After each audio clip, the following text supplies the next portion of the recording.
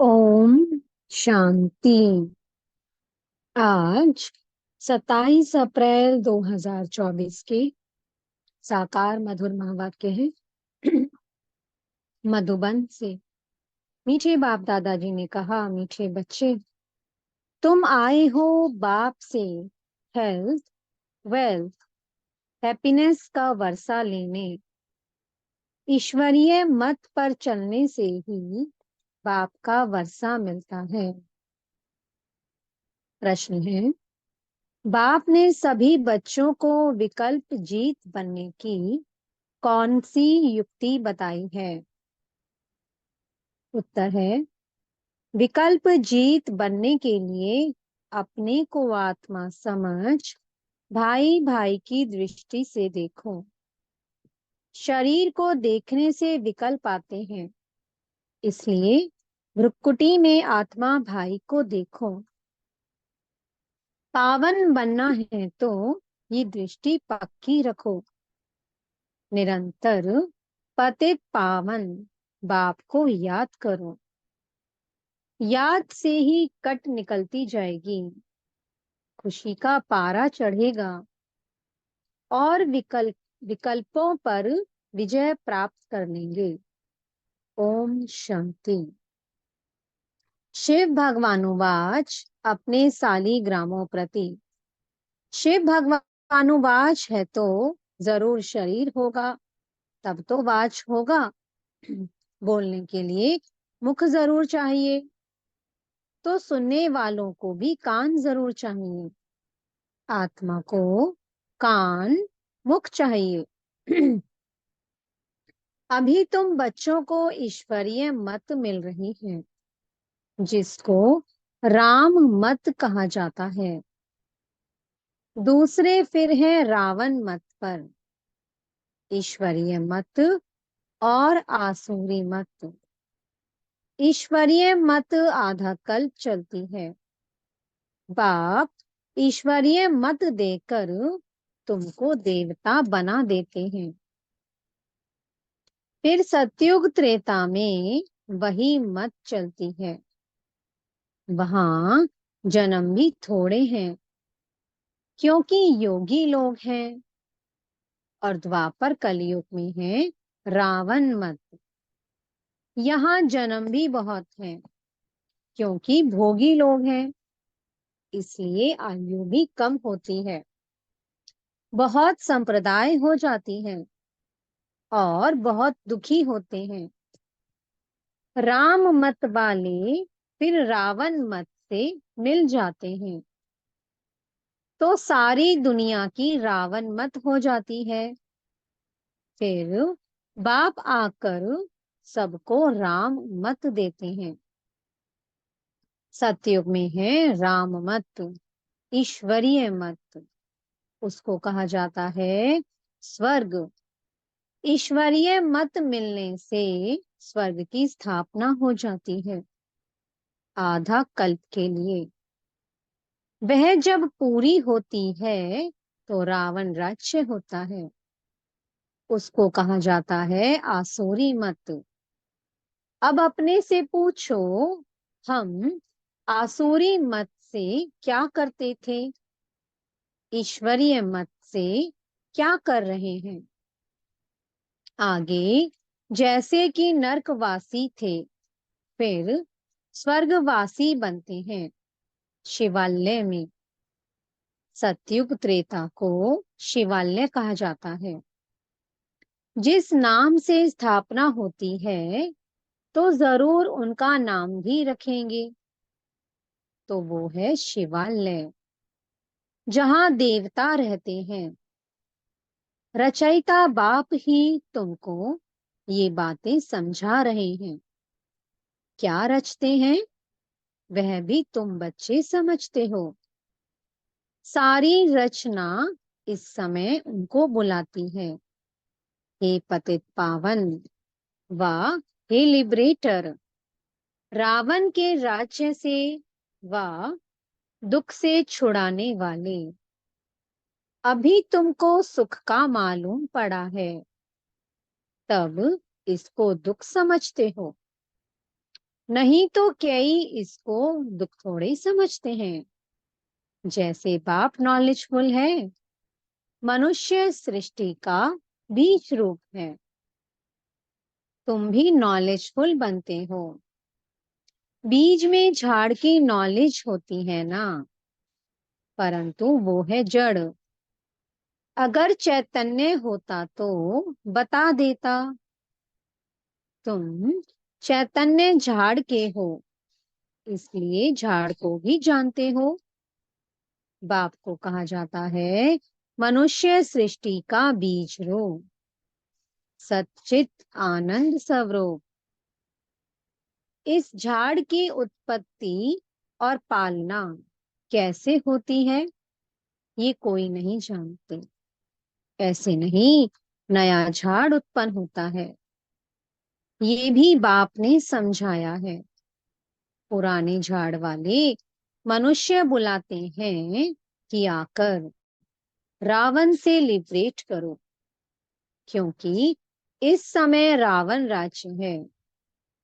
मनुष्य तो ना रचयिता को ना रचना को जानते। खुद बाप बतला रहे हैं, मैं एक ही बार हेवन बनाता हूँ। हेवन के बाद फिर हेल बनता है।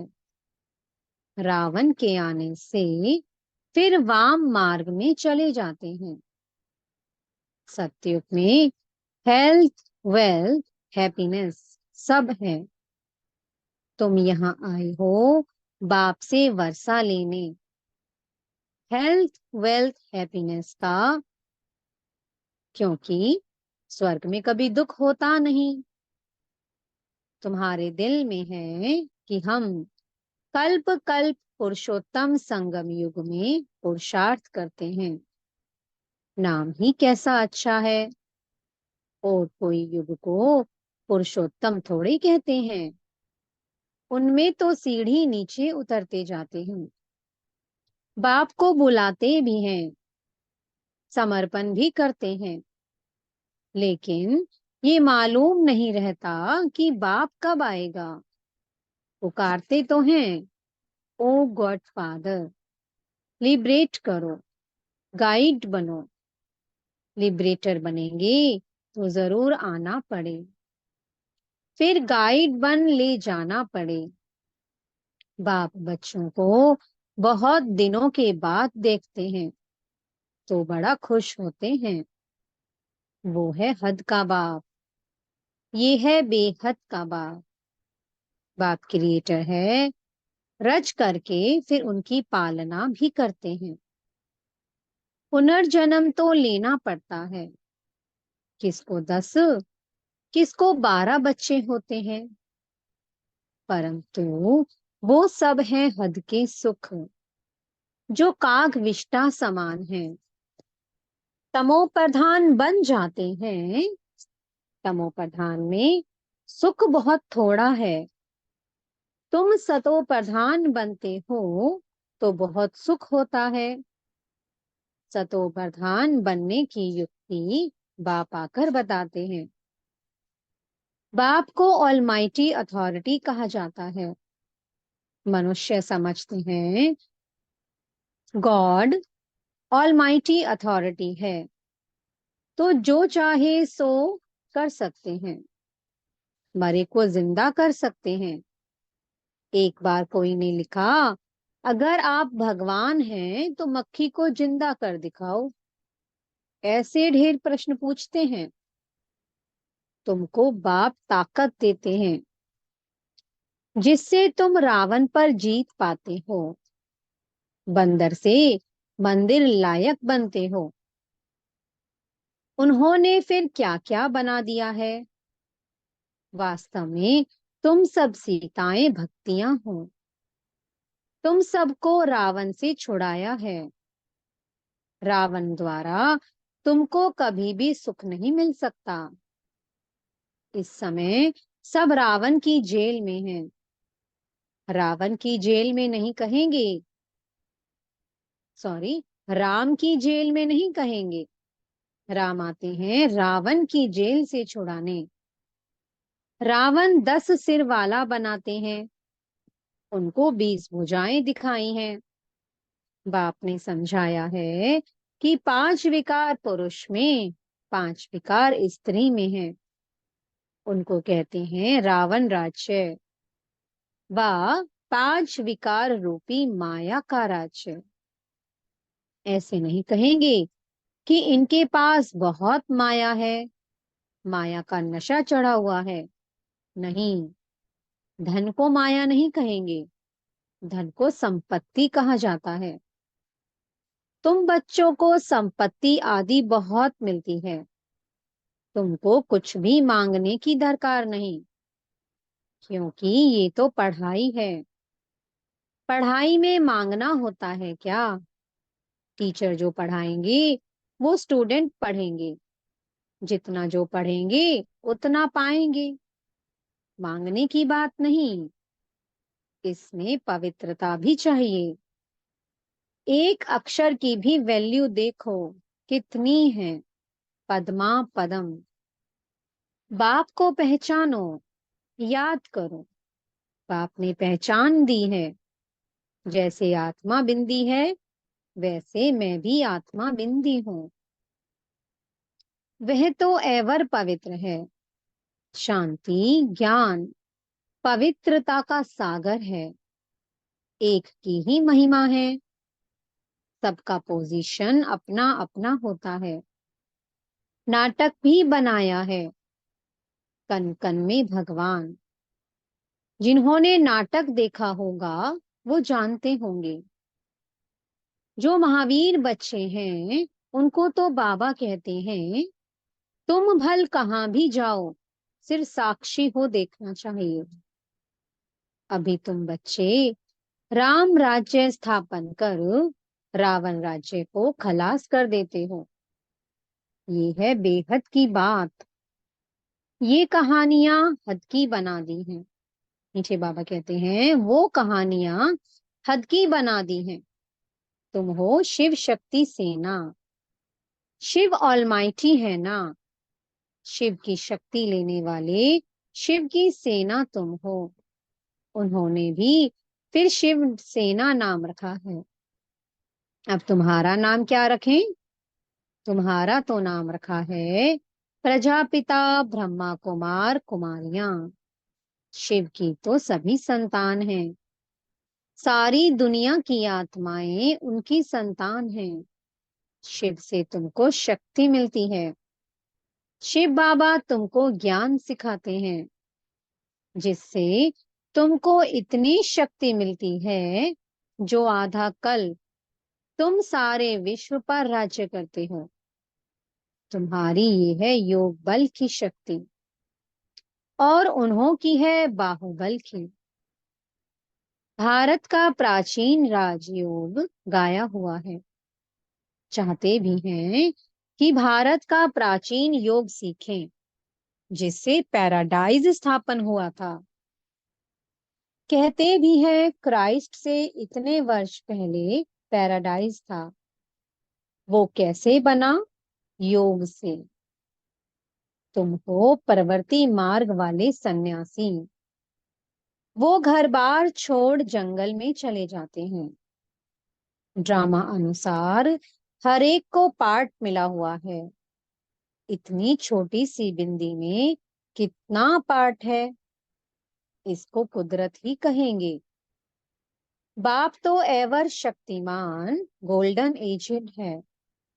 अभी तुम उनसे शक्ति लेते हो, ये भी ड्रामा बना हुआ है। ऐसे नहीं कि हजार सूर्यों से तेजोमय है। वह तो जो जिसका भाव बैठता है तो उस भावना से देखते हैं, आंखें लाल लाल हो जाती हैं। बस करो, हम नहीं सहन कर सकते। बाप कहते हैं वो सब भक्ति मार्ग के संस्कार हैं। ये तो नॉलेज है, इसमें पढ़ना है। बाप टीचर भी है, पढ़ा रहे हैं। हमको कहते हैं तुमको तमो प्रधान से सतो प्रधान बनना है। बाबा ने समझाया है hear no evil, see no evil, talk no evil, and think no evil, and do no evil. मनुष्यों को पता नहीं है कि ये किसने कहा है। पहले बंदर का चित्र बनाते थे, अभी मनुष्यों का बनाते रहते हैं। बाबा ने भी नलिनी बच्ची का बनाया था। मनुष्यों को भक्ति का नशा कितना है। भक्ति का राज्य है ना, अभी होता है ज्ञान का राज्य। फर्क हो जाता है। बच्चे जानते हैं बरोबर ज्ञान से बहुत सुख होता है। फिर भक्ति से सीढ़ी नीचे उतरते हैं। हम पहले सतयुग में जाते हैं, फिर जो मिसल नीचे उतरते हैं। 1250 वर्ष में दो कला कम होती है। चंद्रमा का मिसाल है। चंद्रमा को ग्रहण लगता है, कलाएं कम होने लगती हैं। फिर धीरे धीरे कलाएं बढ़ती हैं, तो 16 कला होता है। वो है अल्पकाल की बात। ये तो है बेहद की बात। इस समय सभी पर राहु का ग्रहण है।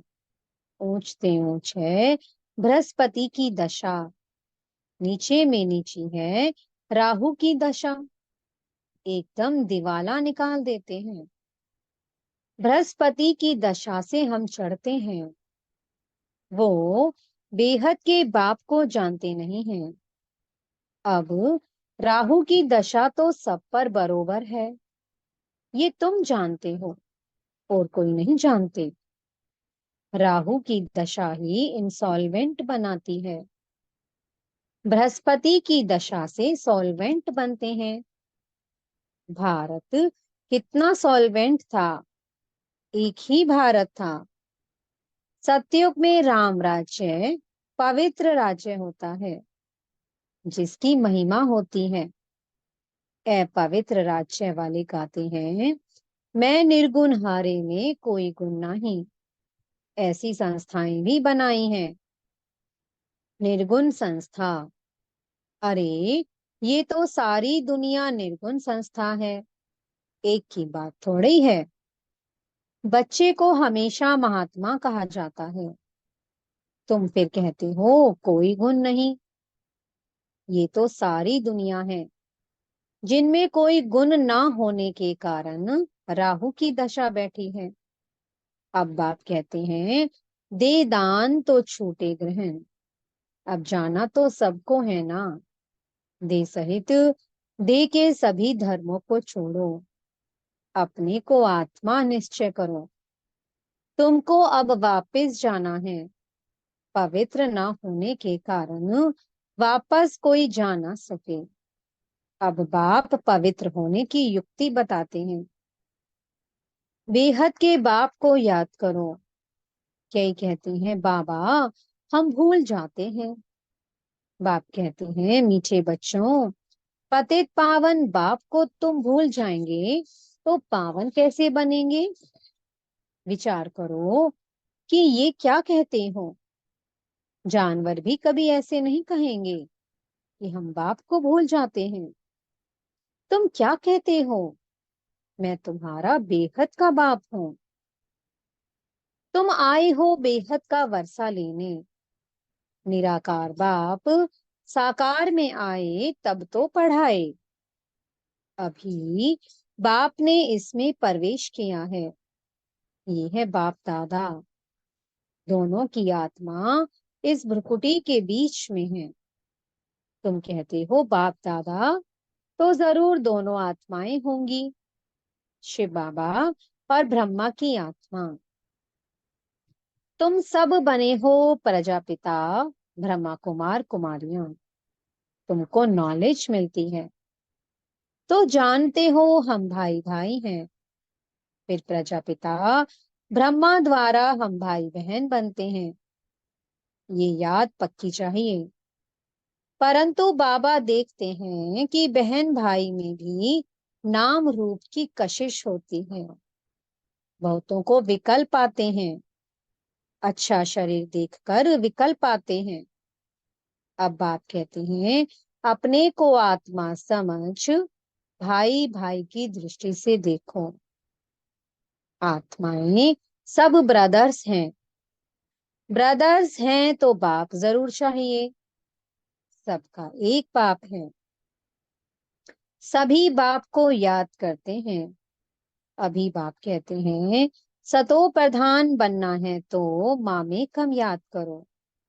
जितना याद करेंगे तो कट निकलती जाएगी, खुशी का पारा चढ़ेगा और कशिश होती रहेगी, नंबरवार पुरुषार्थ अनुसार। अच्छा, मीठे मीठे सी कीमत बच्चों प्रति माता पिता बाप दादा का याद प्यार और गुड मॉर्निंग। रूहानी बाप की रूहानी बच्चों को नमस्ते। हम रूहानी बच्चों की मीठे रूहानी बाप दादा को बहुत बहुत याद प्यार, गुड मॉर्निंग और नमस्ते। धारणा के लिए मुख्य सार है। पहला पॉइंट, पढ़ाई पर पूरा ध्यान देकर स्वयं को संपत्तिवान बनाना है, कुछ भी मांगना नहीं है। एक बाप की याद और पवित्रता की धारणा से पद्मा पदम पति बनना है। दूसरा पॉइंट है, राहु के ग्रहण से मुक्त होने के लिए विकारों का दान देना है। Hear no evil, see no evil, talk no evil. जिन बातों से सीढ़ी नीचे उतरे, निर्गुण बने, उन्हें बुद्धि से भूल जाना है।